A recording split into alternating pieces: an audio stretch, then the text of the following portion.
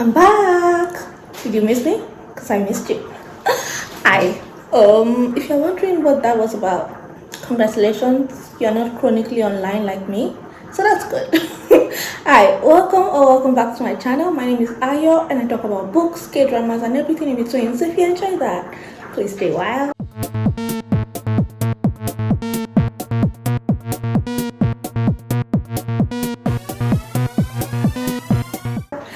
Alright, so I've been gone for a while. I'm so sorry. I'm so sorry that I took a break. It was an unexpected break, just as unexpected for you as it was for me. Because look, I was feeling overwhelmed. Look, everything wasn't going well, and I needed a break from life. Look, sometimes you just need to do that, okay? I don't know about you, but sometimes life is too much. And yeah, so I took a break. But it was a really good break. I actually basically checked out of life. I wasn't thinking about my problems. I just needed a break. I slept. And then good things came to me, And by that I mean ideas. I had ideas for this channel. So we're gonna go in a different direction today, and this will be my first, like I said. It's been a while. There was the Big Song Awards for K-dramas. Oh, it was so lovely to see all the actors in the dramas for last year and this year, early this year, come together and be celebrated. Congratulations to IU and well, no, they didn't win, but Park Bogum actually it was the host. Yeah, IU was there. She looked so beautiful. Congratulations to Kim Ye-yoon and Beyonce. I hope that's his name. Actually, I'm not that good at pronouncing it, but anyways, they are that, and I got my nails redone. Do you like them? I don't know. They're growing on me, but I love pink, so I guess. Anyways, that is that, and I tried a matcha, and it's so good. So good. Ice vanilla matcha with oat milk. Try it. It's really good. It's really good. It gets a thumbs up from me. The vanilla makes it sweet. The matcha isn't so sweet. The combination, very good. Okay, so that's what I've been doing for a while. I fear I've become a matcha girl. Okay, I fear I've become a matcha girl. Anyways, let's talk about what I really, really meant to talk about today. I'm just yapping. So, I think that I remember that in my When Life Gives You Tangerines review video, I talked about wanting to be a little bit deeper in my analysis of stories and books that I read on this channel. And I've been thinking, how exactly do I do that? So this video is just going to outline exactly how I'll be doing it, so that if anybody is new on my channel, I could just refer them to this video and they'll know exactly how I analyze stories. So we'll be going through 7 different categories, which, wow, that means we're doing a lot of talking. But yeah, that's what we're here for. I really think that it's important that we interrogate the stories that we read, that we interact with stories a little bit more critically. Because when we lose that, we lose critical thinking skills. Like, yes, it should be entertaining, but books are also tell us a lot about our culture, about our society, and about people. So let's go. Okay, I'm back. Sorry, I had to take a break. I don't know how many cuts this will be. But anyways, okay, so what I was saying was, yes, so I have decided that we are going to be I'm going to be analyzing books from about 7 different categories. So I'm going to go over them. The first one is plot. So usually every book has a plot, but it's plot and pacing. So this will be plot and pacing. I'm combining them, so basically it'll be 6 categories instead of 7, but okay, bear with me. So plot, let's talk about plot. So plot is usually what a story is about. That's the progression of a story. That's a plot. And usually they're tightly drawn plots and they are meandering plots. You ever read a book, you get to the end and you're just like, I don't even know how I got here. The middle makes no sense. And that's when we talk about the first act, the second act, the third act, the conflicts, the denouement, and then the end. So that's the plot. What are we doing in the beginning? What are we doing in the middle? What are we doing in the end? What's the conclusion as we get there? That's the whole progression of the story. It's the plot. Now there are plot conveniences, and so I'll tell you if there are plot conveniences in this story. If there are a lot of plot conveniences. Plot conveniences will be if you read Pride and Prejudice, Mr. Darcy and Elizabeth meet for the second time in Lady Catherine de Bogh's place. That is a plot convenience because why is she there when he's there? That's a plot convenience. It doesn't necessarily happen like that all the time, Okay? And then we talk about the Zex Machina. So that would be usually if you read Jane Eyre, if you read Jane Eyre, then you know that there's a point where Jane hears Mr. Rochester calling her. That is just out of the ordinary. This is something that the author just makes happen. It necessarily wouldn't happen in real life. It's out of the ordinary. In a sort of ordinary, non-fantastical story, and there's an element of fantasy that just this makes no sense, but you just go along with it. That's the Sex Machina, and some stories will add that, and it'll help the plot, basically help us to move along. And so yeah, I'll tell you if I think that is happening, and if I think there's a boring middle, if I think that the story is not, the suspense is not good. And so that's why I said plot and pacing go hand in hand. So the pacing is the pace good? Have you ever read a book? The beginning and the middle works are fine, and then you get to the end and it's taking so long to end. There are about 5 or 6 false starts. You're like, this is the end. No, it's not. No, it's not. And it keeps going and it keeps dragging on. And most times it's the middle that drags on. Some new authors, some debut authors don't know what to do with the middle. So you find a very meandering middle. It's just like filler. People are like, nothing is happening, blah, blah, blah. So that's pacing is off. Or sometimes you read, this time, I love Jane Austen. But if you read Mansfield Park, you get to the end, and my book club and I were just talking about this, and we got to the end, and it felt like she just gave up on the plot, and just like, I've been telling you in depth everything that happened, but right now I'm tired of that, and this happens, and what happens is so far away from what we've been reading that you're just like, how did we get here? You didn't tell me anything. Yeah, so that's a pacing issue. So you could cut out, so maybe the author should have cut out half of the middle to make up for that ending. That's things, or maybe be more fast paced. So someone is going very fast paced in the plot, and then you get to a point and they just slow down. That's a pacing issue. Now, the second thing I'm going to be talking about is character development. So I'll be looking at the character development. Every story, the plot and the character development go hand in hand. And so if you have a very good plot, you should have very good character development. So the plot is the vehicle for the characters to have a development.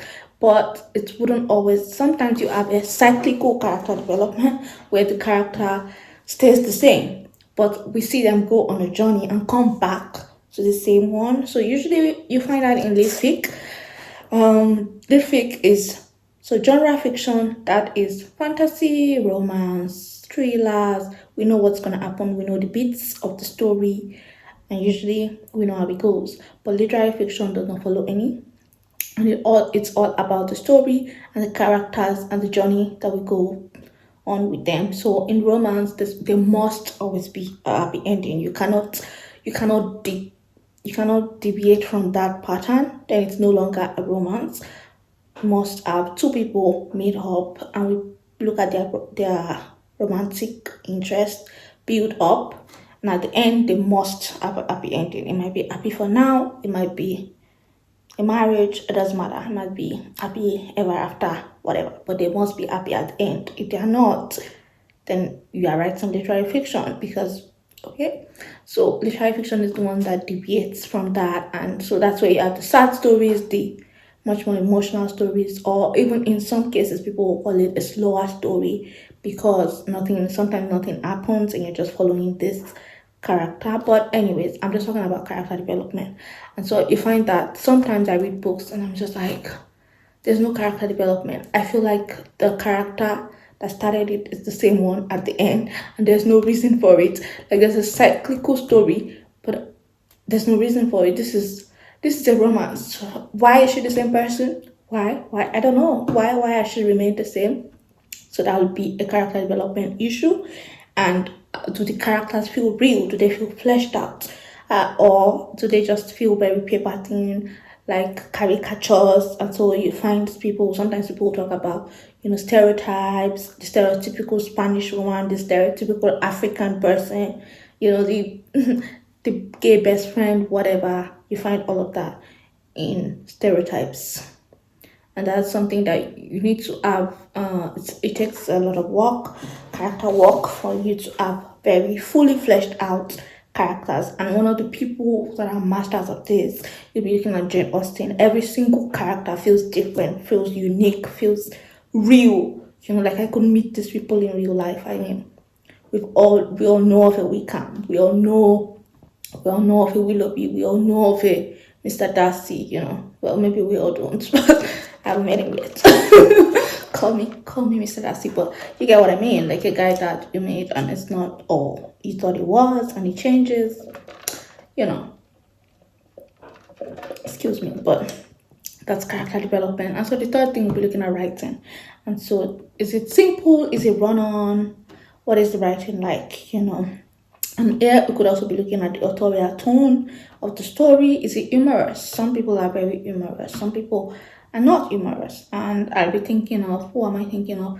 I think of Emily Henry. She's very humorous. She's talking about deep topics, but she's talking about them in a very funny and humorous way. We will be looking at, yeah, it's very simple. Some writing is very conversational. Some is very poetic. Some is very descriptive. Some is very expository.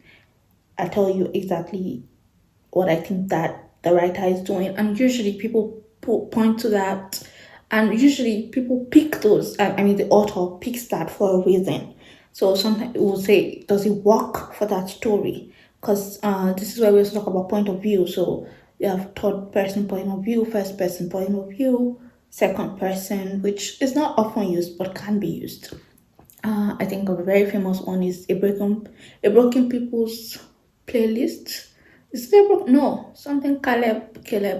I put it on the screen. I read a book of the second person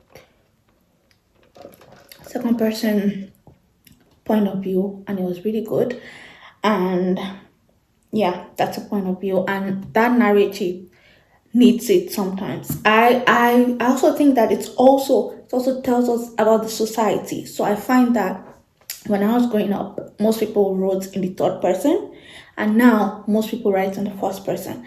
And I have a theory that is also a societal thing, because we have shifted from being a very communal society, and now we care so much more about ourselves. We're more self-centered. We Social media makes us more, we care a lot more about the inner work of the person. And so you find people that will tell you, I don't even like third person stories. And I'm like, they are the best. Third person omniscient means that we're going from different characters' perspectives, as opposed to, so there's a third person limited, where you're just looking at one third person who is not the main character. Or you could have the main character telling us the story, and sometimes you have the conversational one where they break the fourth wall and all of that. Those are points of view. And so I am saying that my theory is that the reason why we really enjoy first person points of view now as a society is because we have shifted as a society from a very communal society, which, yeah, the West is a little bit more that than, say, where I'm from, developing countries, but it's still true because of social media, and we've all become a global world, and we're a little bit more self-centered, and so people really care about you tell me your story, as opposed to, I want to be in this person's mind and that person's mind, and see how everything becomes a whole. But anyway, that's just a theory I have.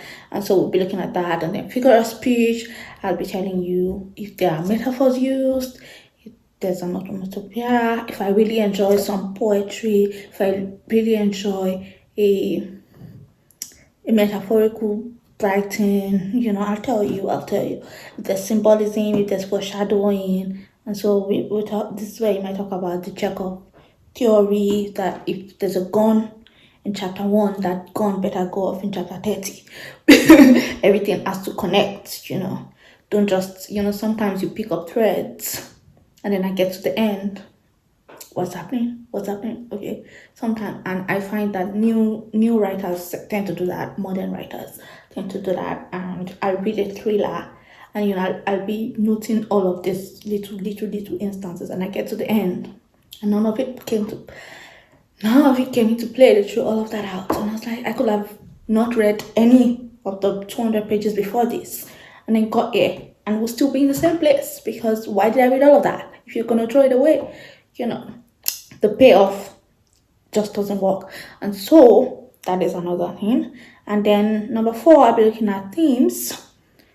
The themes, how are they developed? How does it contribute to the plot? How does it contribute to the writing? How does it contribute to the character development? Blah, blah, blah. And so I might analyze that. And if I see a lot of themes, if I don't see a lot, I'll tell you. Then number 5, we'll look at the relevance to the time period. This I was telling you that every story, I find that a lot of times people say they don't like social media being mentioned in their stories. They don't like blah, blah, blah. They don't like modern pop culture references in their stories. But you're forgetting that authors are one of us. They are people like us. And they are on social media and they are consuming pop culture, and that's why it always reflects in their stories. So it tells you about the time period that writer is writing from. So it should only matter if, for instance, a modern writer is trying to write an historical fantasy.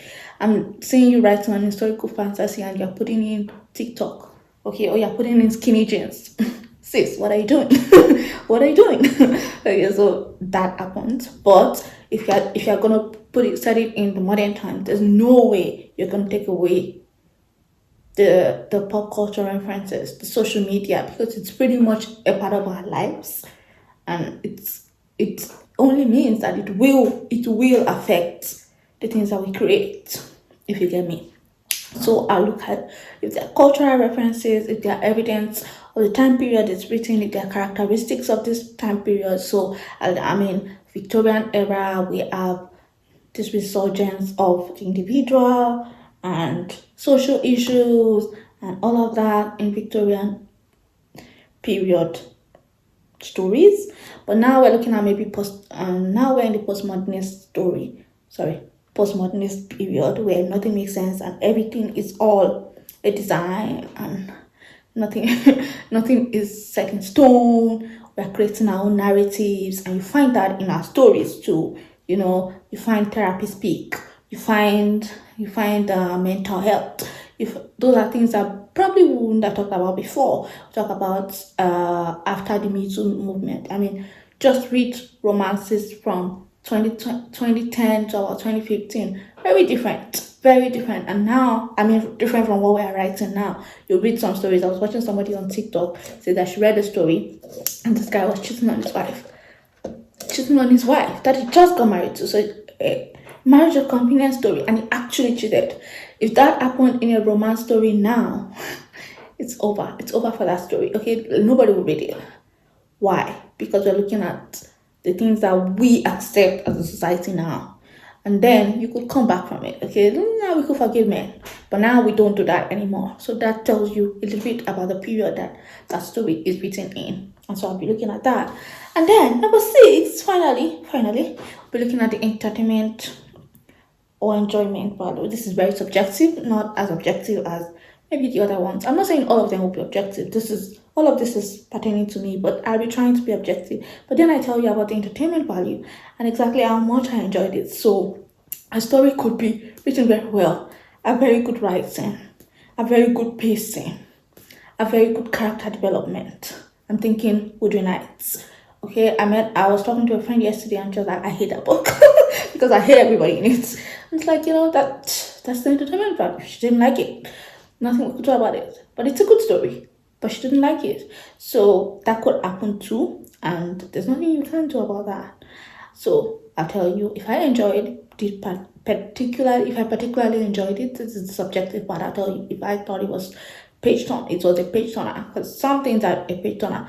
I love Woody Nights, but not the way everybody loves Woody Nights. Because I read Woody Nights maybe when I was 13 or 14, and I thought it was a great story. I loved it, not loved narrative, loved the drama, everything. I was like, everybody's crazy. And I came online in my 20s, and everybody said this is a very lovely love story. And I said, what love story? Where? I don't see a love story.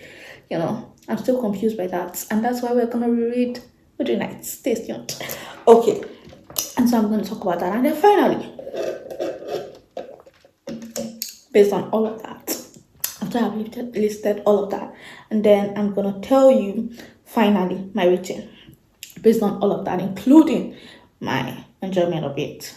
And it'll be 5 stars. So it'll be out of 5 stars. And then now I'll be listing exactly how I rate my stories. So 1 star, I hate it. Sorry. 2 stars, I hate it but. So I hate it but the plot was good. I hate it but the writing was good. I hate it but I like the pacing. Okay?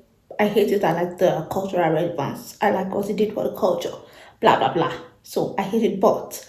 3, average. Meh. Okay. Whatever. It happened. It was a thing. It wasn't bad, it wasn't good. Whatever. I have no feelings towards it. 4, I loved it. It was good. It was a good story. I had a good time. It was everything I needed. Blah blah blah. Number 4. 5, 10, 10, no notes.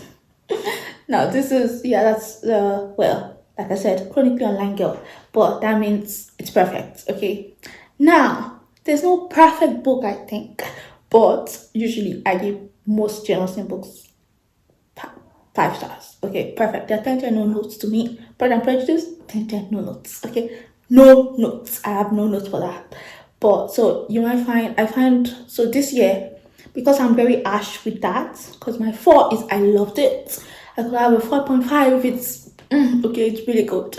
And yeah, but usually I don't give 5 stars. I've only given one 5 star this year, and that is to Know My Name by Channel Mila, and that is my 10 no notes book. So yeah, so that would be my 5 stars. 1, I hate it. 2, I hate it but. 3, average or meh. 4, I loved it. 5, 10, 10 no notes. That is how I'll be rating book now. Welcome to my channel, and that is what we do here. So I hope that has helped you get to know a little bit more about how I'll be interacting with text from now on. And of course, it means that we'll be going deeper into stories. It means that we're not going to be doing a lot of, like, we'll be reading, but we'll be slowing down in the reading. I think that is very important. And yeah, okay, we'll see how we go with that. I actually have a reading blog going already that you'll see very soon, which I don't know when, but you'll see it. I just wanted you to see this and have this to be able to reference. If you ever need to reference what I'm doing on my channel, you can come to this video. And that is all I have for you today. Thank you so much for hanging out with me, and I hope you come back for our next video. Bye.